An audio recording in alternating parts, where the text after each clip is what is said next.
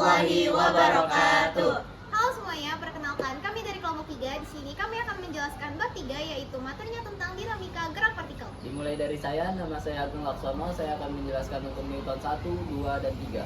Perkenalkan, nama saya Ayu Sukmanijul Hafiza. Di sini saya akan menjelaskan materi tentang gaya berat, gaya normal, dan gaya gesek benda padat.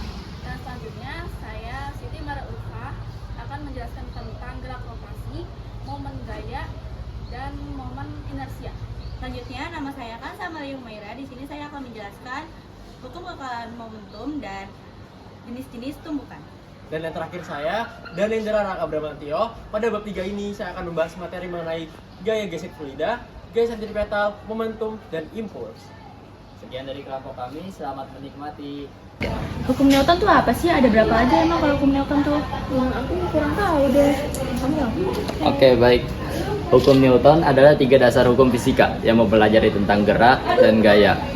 Hukum Newton dikembangkan oleh ilmuwan asal Inggris yang bernama Sir Isaac Newton yang lahir pada tanggal 4 Januari 1643. Ia terinspirasi dari ilmuwan sebelum-sebelumnya seperti Galileo Galilei dan Johannes Kepler, serta terkenal dengan penemuannya yaitu teori gravitasi setelah melihat buah apel jatuh dari pohon.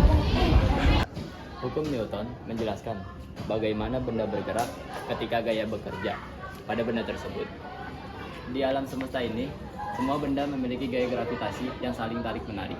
Dengan demikian, hukum Newton menjadi landasan yang sangat penting bagi dunia sains dan memperluas tentang ilmu pada alam semesta ini. Hukum Newton dibagi menjadi 3, yaitu hukum Newton 1, hukum Newton 2, dan hukum Newton 3. Dengan demikian, hukum Newton bekerja menjelaskan tentang bagaimana benda bergerak dan bereaksi terhadap gaya yang bekerja pada mereka. Yang pertama yaitu ada hukum Newton 1 atau hukum inersia. Sebuah benda akan tetap dalam keadaan diam atau bergerak lurus dengan kecepatan konstan jika tidak ada gaya luar yang bekerja pada benda tersebut. Artinya, benda akan tetap mempertahankan keadaannya jika tidak ada gaya yang mempengaruhinya. Hukum Newton 2 atau hukum gaya dan percepatan. Gaya yang bekerja pada sebuah benda sama dengan massa benda dikalikan dengan percepatannya, atau yang berumus F sama dengan M kali A. Artinya, semakin besar gaya yang bekerja pada benda, semakin besar pula percepatannya. Hukum Newton yang ketiga yaitu ada hukum Newton 3 atau hukum aksi-reaksi. Setiap aksi memiliki reaksi yang sama, besar dan berlawanan arah. Artinya, jika benda A memberikan gaya pada benda B, maka benda B akan memberikan gaya yang besar dan berlawanan arah pada benda A. Selanjutnya adalah jenis-jenis gaya. Yang pertama adalah gaya berat. Gaya berat merupakan gaya tarik bumi terhadap suatu benda. Rumusnya dapat dihitung dengan U sama dengan M dikali G, di mana M adalah massa benda dengan satuan kilogram dan G adalah percepatan gravitasi dengan satuan meter per second kuadrat. Suatu berat dapat satuan berat adalah Newton dengan simbol N. Massa benda selalu tetap dimanapun benda berada, tetapi beratnya berubah jika nilai gravitasi berubah. Contohnya, di Mars berat benda lebih kecil dibanding di bumi. Yang kedua adalah gaya normal. Gaya normal merupakan gaya yang diberikan oleh permukaan untuk menopang atau menahan suatu benda agar benda tersebut tidak menembus ke permukaan. Arah gaya normal selalu tetap lurus terhadap bidang sentuh. Gaya ini menyeimbangkan gaya berat pada arah vertikal sehingga benda dapat tetap diam di atas permukaan. Besarnya bergantung pada gaya yang menekan permukaan. Yang ketiga adalah gaya gesek benda padat. Gaya ini timbul ketika dua permukaan benda saling bergesekan dan menghambat pergerakan. Gaya gesek terdapat 2 jenis. Yang pertama adalah gaya gesek statis, yaitu menahan benda agar tetap diam dengan rumus Fs sama dengan μs dikali n. Yang kedua adalah gaya gesek kinetik, yaitu menghambat benda yang sedang bergerak dengan rumus Fk sama dengan μk dikali n. Besarnya dipengaruhi oleh gaya normal dan koefisien gerak atau μ. Lantai licin memiliki koefisien kecil, sedangkan lantai kasar memiliki koefisien besar. Gaya yang selanjutnya adalah gaya gesek fluida. Kalian tahu gak sih gaya gesek fluida itu apa?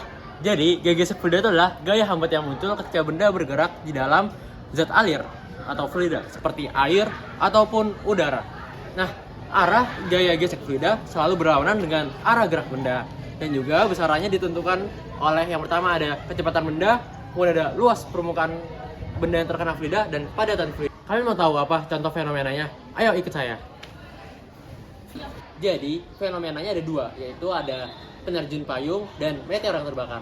Jadi setiap benda yang bergerak melewati fluida seperti cairan atau gas akan mengalami hambatan, dan kecepatan bendanya akan melambat dikarenakan energinya diubah menjadi panas, dan pada keadaan ekstrim atau tingkat ekstrim benda tersebut akan terbakar.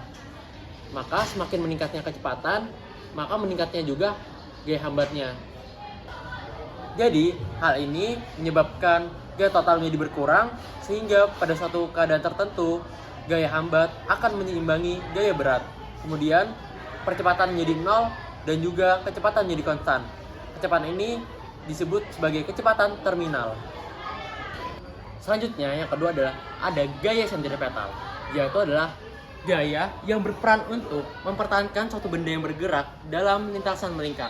Nah, gaya sentripetal ini besarannya ditentukan dengan suatu persamaan, yaitu adalah Fs sama dengan m v kuadrat per r. Yang dimana adalah Fs adalah gaya sentripetal dengan satuan Newton, kemudian ada m yaitu adalah massa benda dengan satuan kilogram, kemudian ada v kuadrat yaitu adalah kecepatan linear dengan satuan meter per second atau m per s, kemudian ada r yaitu adalah jari-jari lingkaran dengan satuan meter. Jadi, ada pun juga besaran yang mengukur gerak benda, yaitu adalah momentum. Momentum merupakan besaran turunan yang merupakan hasil kali antara massa dengan kecepatan suatu objek yang menunjukkan kesukaran benda untuk berhenti. Ada pun juga persamaannya dan rumusnya untuk menghitung momentum.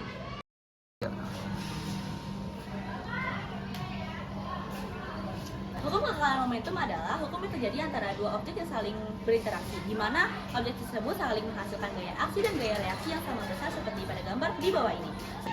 Dengan menggunakan definisi impuls yang sebelumnya, di mana secara sistematis dapat diurut sebagai berikut. Hukum ini akan berlaku dalam keadaan apapun, sesuai selama terjadi interaksi antara dua benda. Selanjutnya, yang kedua yaitu ada jenis-jenis tumbukan. Jenis-jenis tumbukan adalah saat ada dua benda yang saling bertumbukan, maka akan ada energi yang diubah menjadi energi lain, dan akan berdampak pada perbedaan kecepatan relatif sesudah dan sebelum tumbukan. Rasio perubahan kecepatan relatif sesudah dan sebelum tumbukan disebut dengan koefisien restitusi. Selanjutnya ada gerak rotasi. Gerak rotasi. Gerak rotasi adalah gerak suatu benda yang dimana titiknya itu bergerak mengelilingi satu lingkaran. Dan gerak rotasi itu dibagi menjadi dua. Gerak itu momen gaya dan momen inersia. Momen gaya itu adalah besaran yang mempengaruhi benda itu berotasi. Nah, benda itu berotasi disebabkan karena adanya gerak yang bekerja dan jarak ke sumbu tersebut. Dan rumusnya adalah tau sama dengan R dikali F. Dan yang kedua ada momen inersia. Inersia itu adalah kelembaban benda dapat bergerak ke rotasi, yaitu menunjukkan kecenderungan benda itu dapat mempertahankan keadaannya. Dan rumus dari momen inersia adalah tau sama dengan IA. Dan di dalam kehidupan sehari-hari ada loh contoh-contoh dari gerak rotasi, yaitu contohnya seperti jam dinding yang itu berputar, dan ada roda yang bergerak, dan juga ada kayak kita dalam permainan yaitu gangsi. Contohnya seperti itu. Sekian dari kelompok kami. Apabila ada kesalahan mohon maaf. Terima kasih. Wassalamualaikum warahmatullahi wabarakatuh. Dadah.